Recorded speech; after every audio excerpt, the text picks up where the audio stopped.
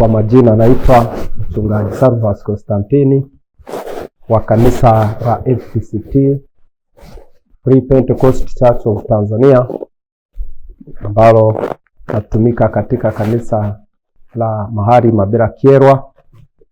Kanisa langu nalo lichunga lipo kijiji cha Kyerere, tawi Kyerere.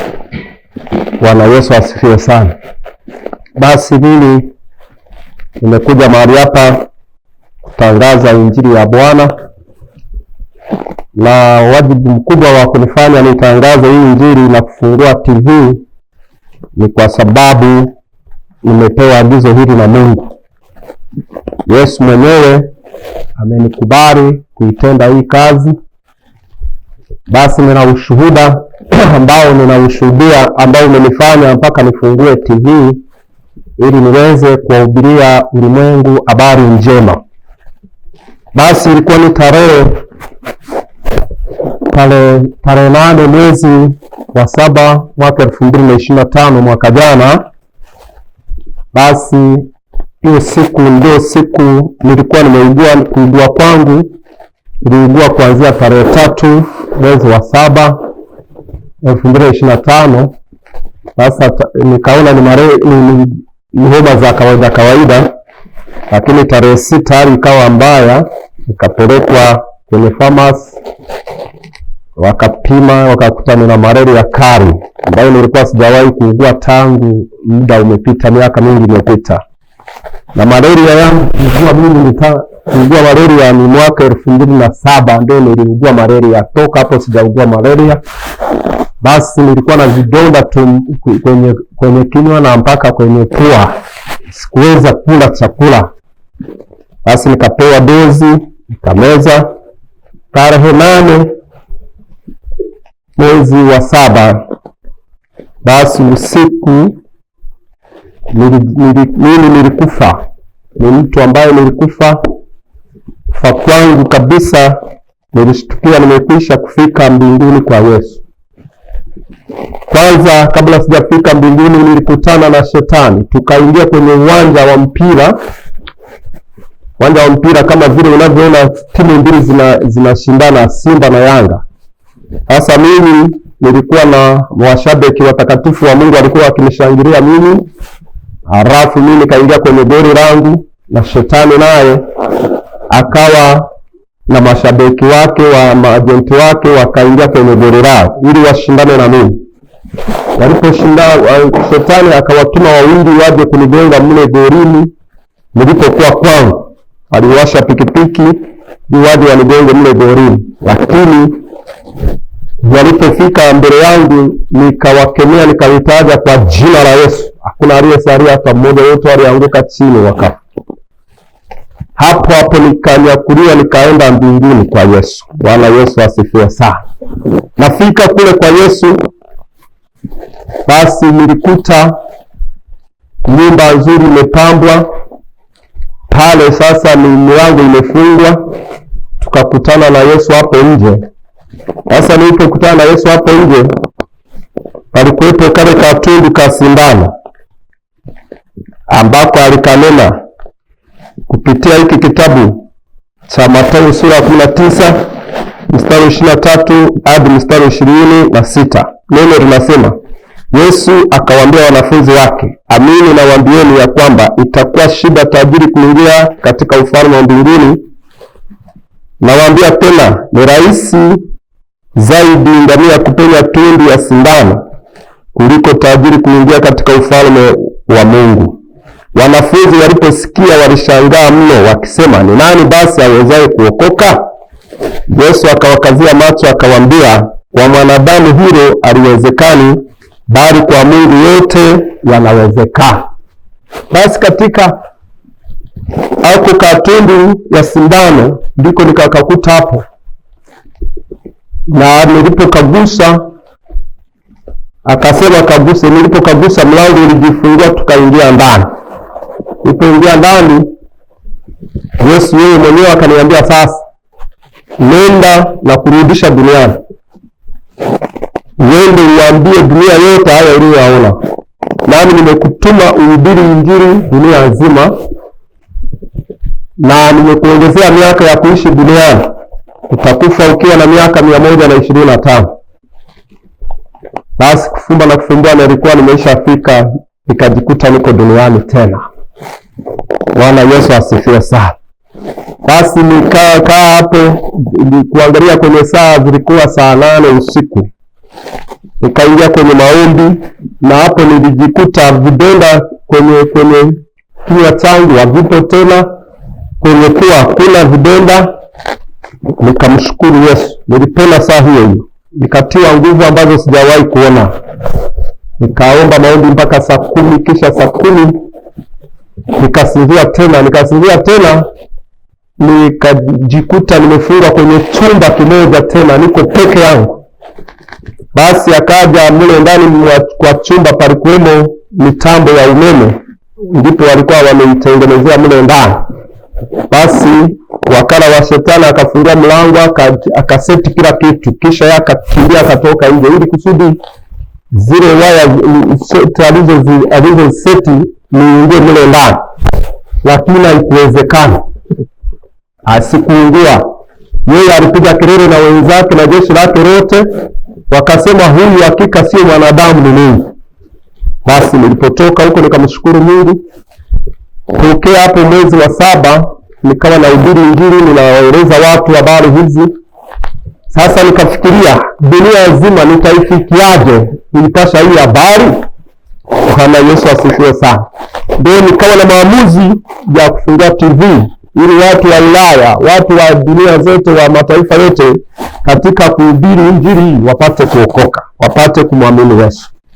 Na utajiri aliyosema ni vigumu tajiri kuingia ufalme wa mbinguni, hajaeleza kwamba tusiwe matajiri, tusiwe matajiri, hapana. Utajiri ambao wanaunena kwamba ni vigumu tajiri kuingia ufalme wa mbinguni kuliko ngamia kupenya tundu ya sindano, huo utajiri anaounena upo Wagalatia. Upo Wagalatia sura ya 5 mstari wa 18 hadi wa 21. Neno linasema, lakini mkiongozwa na Roho hampo chini ya sheria.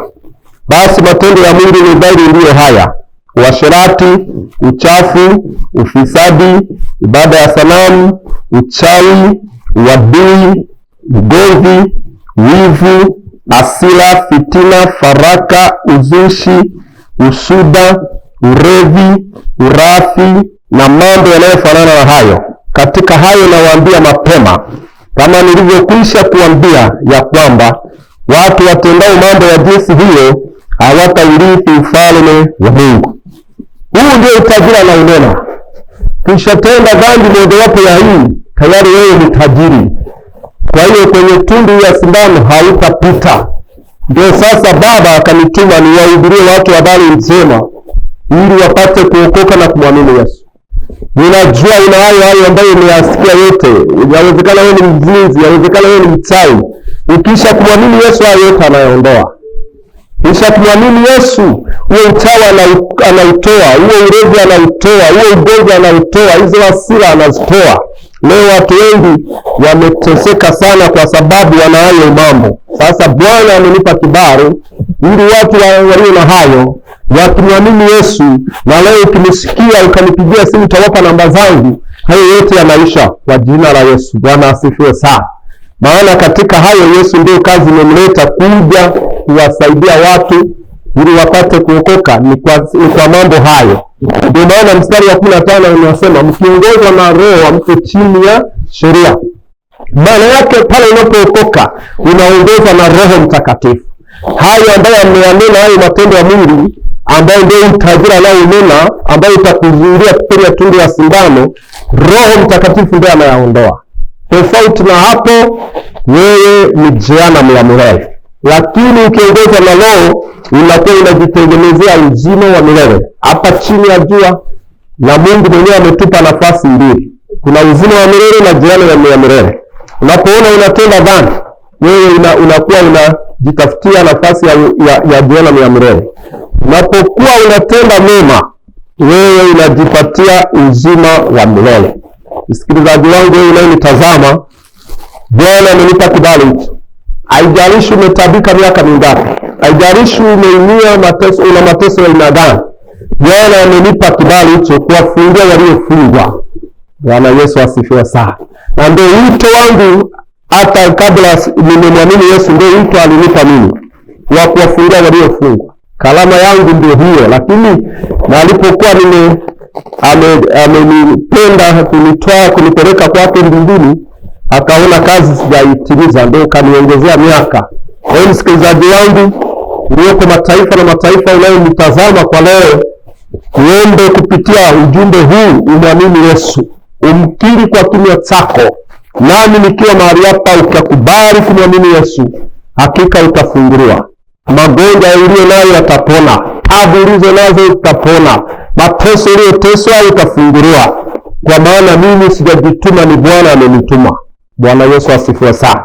Kuna wengine wanaweza akasema inakuwaje mtu kufuka? Mimi sasa Baba, hiyo neema amenipa. Neema hiyo amenipa Yesu. Si kwamba ni kazi iliyo rahisi. Watu wengine wanaona ni kazi ya iliyo rahisi, ni kazi kubwa sana bila kuitwa na Mungu Yesu kuwahubiria watu Injili. Na Injili ina vita, lakini mwenye kunipigania ni Yesu Kristo. Ninajua wengi mtajitahidi kutafuta ni jinsi gani huyu mtu aliyesema Mungu ameniongezea miaka 125 tumia hamtaniweza, maana hata toka hiyo tarehe nimekwisha kuvuka vifo vitatu, ajali zimetokea, lakini hakuna kinachonigusa. Bwana Yesu asifiwe sana. Hata ungefanyaje, hata ungetuma jeshi la aina gani uniwezi. Kwa hiyo nakuhakikishia mpendwa wangu unayenisikiliza, muamini Yesu, upenye tundu ya sindano upate uzima wa milele. Watu wengi walitamani wahubiri, wachungaji wengi wamewahubiria sehemu zote, wamehubiria mkaona ni ya kwao. Sasa mimi nimeyaona live. Kwa shetani nimepaona, na kwa Yesu mbinguni nimepaona. Sasa ndio nimechukua uamuzi huu, nifungue TV hii, niwahubirie Injili. Nitakuwa na vipindi vya mara zote. Miaka hii 72 niliyopewa, utakuwa unaniona kila siku. Utakuwa unaniona kwenye TV yako, utakuwa unaniona kwenye simu yako, sehemu zote Injili nitakuhubiria. Leo ninafungua TV hii kwa ushuhuda huo, lakini ninayo mafundisho mengi ambayo nitakufundisha na utamuona Yesu. Kama wewe ni mgonjwa, una magonjwa, una mateso mengi, njoo. Nitakusomea namba zangu. Hata kwa simu tu utafunguliwa. Kwa simu tu hapo utapona. Kuna lisilowezekana. Sijajituma mimi. Basi wapendwa wangu mnaonitazama, mnaonisikiliza dunia yote, niombe katika hili tuungane mkono, tuitende kazi ya Mungu. Na usione kwamba ni jambo la kawaida. Leo watu wanahitaji kutabiriwa. Mimi sina muda wa kutabiria. Wewe kama una tatizo lako lolote, niambie shida yako nayo, na hiyo shida itakuombea, utapona. Kwa nafasi yako na kwa wakati wako. Hata kwa wakati huu, shida yako utakayokuwa nayo ukaamini, nitakuombea hapa hapo, na wewe mwenyewe utakuja kutoa ushuhuda kwamba hakika Mungu wako ni Mungu na umepona. Bwana Yesu asifiwe sana. Basi nikutajie namba zangu pale popote hapo ulipo. Namba zangu Vodacom ni 076 32 10 8 91. Nitarudia 076 32 10 89 1. Namba ya Airtel 078 0 68 32 59. Kwa namba hizi utanipata, utakuombea, utafunguliwa. Bwana amenituma usitabike, usiwe na mwenye mateso. Yesu amenipa kibali hicho. Kama una magonjwa ambayo yalikusumbua miaka mingi, Yesu amenipa kibali hicho. Haijalishi umetabika miaka mingapi. Na makanisa sehemu zote dunia nzima, wachungaji wapo, maeneo yote wapo. Hebu mkubali Yesu awe Bwana na Mwokozi wa maisha yako, nawe utapata amani. Bwana Yesu asifiwe sana. TV yangu ni Salvas Mwangaza TV. kazi kubwa kwa muda mfupi. Yaani kuna mambo ambayo uliona ni makubwa, ni ya miaka mingi, lakini kwangu ni muda mfupi, dakika hiyo yanaisha.